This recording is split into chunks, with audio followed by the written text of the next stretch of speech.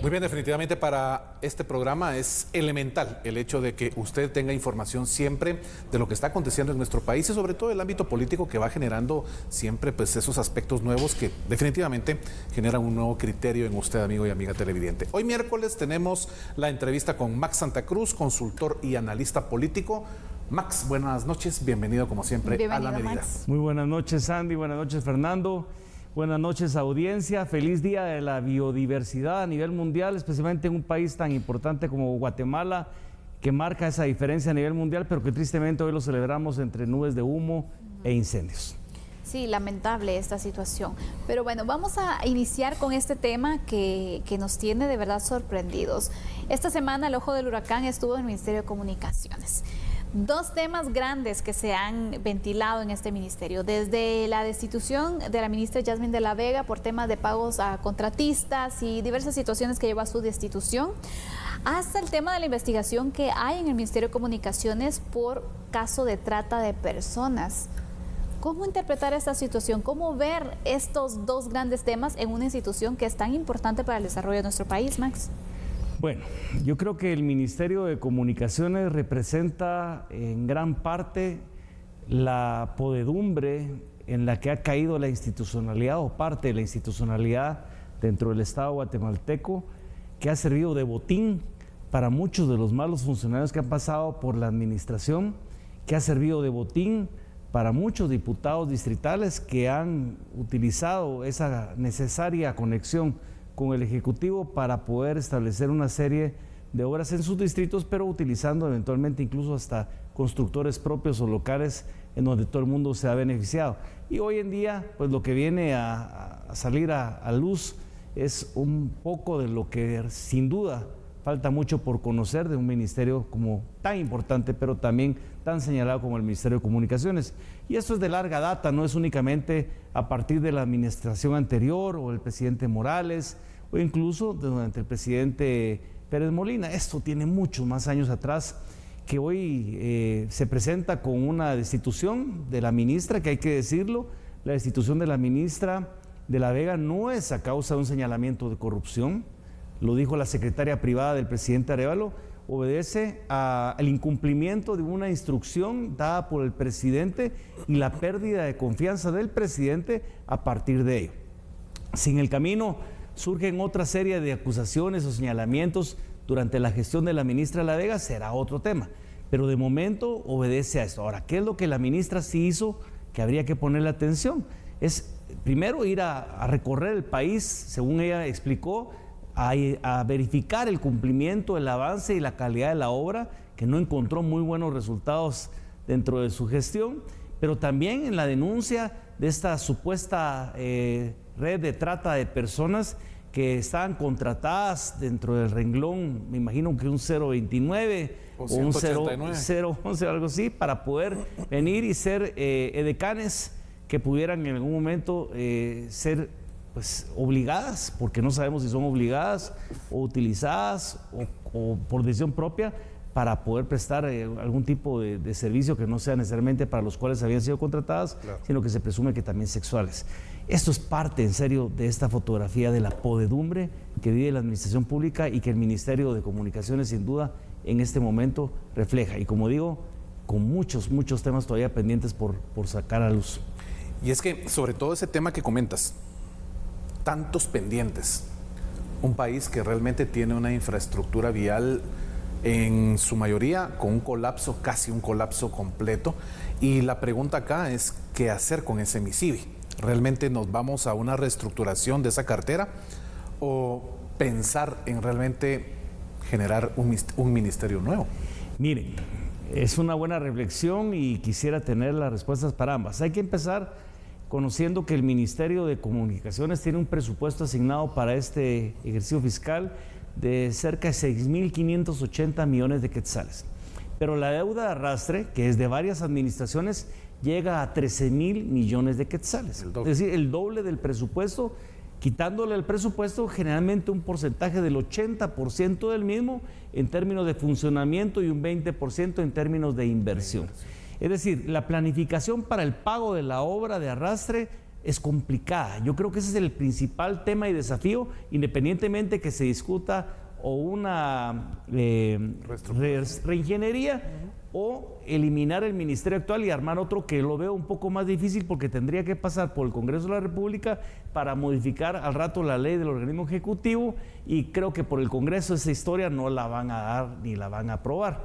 Y por el otro lado, en la parte de la reingeniería es lo que debería de ser, pero puede ser también incluso hasta muy ambicioso, porque la estructura como tal está tan cooptada que el ministro o la ministra anterior o quien pueda estar al frente le va a costar. Yo creo que es más importante enfocarse en algunos temas que pudieran de alguna forma cambiar las condiciones del ministerio actualmente. Y menciono lo de la deuda arrastre porque si no se entiende que es a partir de la administración colapsada, llegue quien llegue al frente de la misma y no se cumple con los objetivos de pago de la misma a quien corresponda, y la verificación de la obra a quien no corresponda porque no cumplió con las condiciones del contrato, porque lo hizo fuera de tiempo, habrá que empezar a evaluar en ese listado de depuración de constructores, de los buenos y de los malos, quiénes incumplen y quiénes no, y a partir de eso empezar a tener números reales para poder entonces hablar del inicio de una gestión, llámese reingeniería,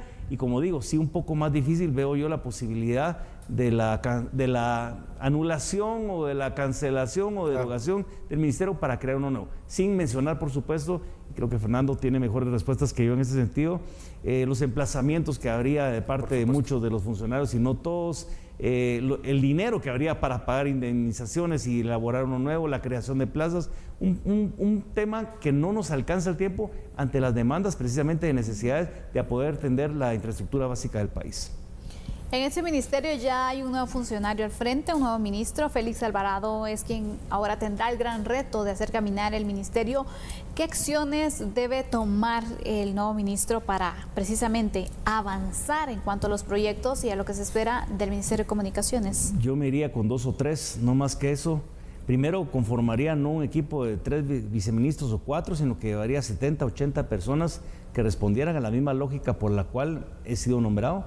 Es una persona de la confianza del presidente con un doctorado en administración pública, pero eso tampoco garantiza el éxito de su gestión, teniendo en contra todos estos elementos de los que hemos hablado antes. Él tendrá que empezar con lo básico, empezar a ver cómo hace nuevamente ese levantado del inventario de constructores correctos que cumplen, que no pueden verse afectados por el incumplimiento de un pago, porque eso también hay que tomarlo en cuenta, y ver quiénes no han cumplido con sus obligaciones dentro del contrato, y para eso está el comisionado presidencial contra la corrupción, para eso está el Procurador General de la Nación, venir e iniciar los procedimientos que corresponden ante donde corresponda para que empiecen a depurarse y a combatirse esa corrupción enraizada en el ministerio.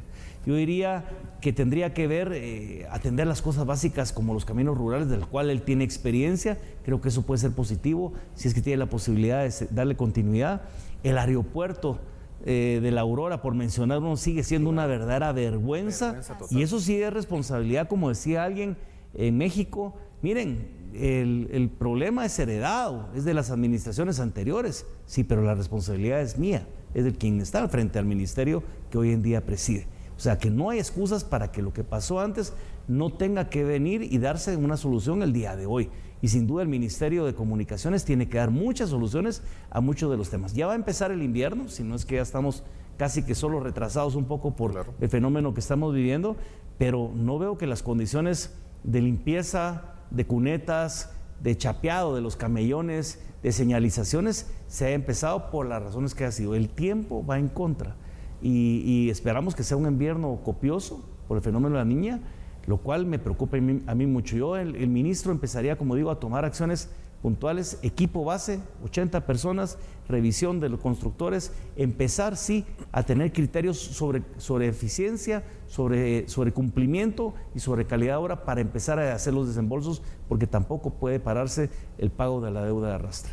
Ahora, cuando hacemos ese análisis del pago de esa deuda, obviamente cualquier empresario que tenga esa constructora y que le presta el servicio de proveerle, pues naturalmente, esta construcción de infraestructura al Estado, necesita, por supuesto, su pago. Ahora, si analizamos hace muy pocos meses conocíamos esta historia, estos casos de las escuelas que se habían entregado el 90% del dinero y el avance era de un 15%. Entonces la misma exministra de la Vega dijo, ¿cómo es posible que hayan hecho esto? Y cuando analizamos una serie de ejemplos, que pueden ser por docenas, te vas a encontrar con lo mismo. Con el 90% del dinero ya embolsado y con un 5 o 10% de avance. ¿Cómo realmente reestructurar eso? Vea, o sea, de la parte de lo que corresponde al Ejecutivo, sabemos que tendría que ponerse a trabajar horas extras, como lo dijo también la exministra. Miren, yo fui el ministerio o la ministra que más casos de denuncias de corrupción presentó en su momento al comisionado Palomo o al procurador general. Sin duda van a tener que trabajar ellos 2 horas extras y no es por lo que dijo la ministra, como digo, no está señalada por un acto de corrupción. Lo que tenga que hacer el ministro Alvarado tendrá que ponerle esa misma atención. Si me preguntan a mí, tendrá que inundar al Ministerio Público de dichas denuncias y poner en evidencia si existe también, más allá del discurso, parte de la fiscal general, la voluntad política, pero también la responsabilidad institucional de venir a investigar este tipo de ilícitos que se han señalado y que sin duda son parte de esta enorme corrupción que ha asfixiado a la administración pública.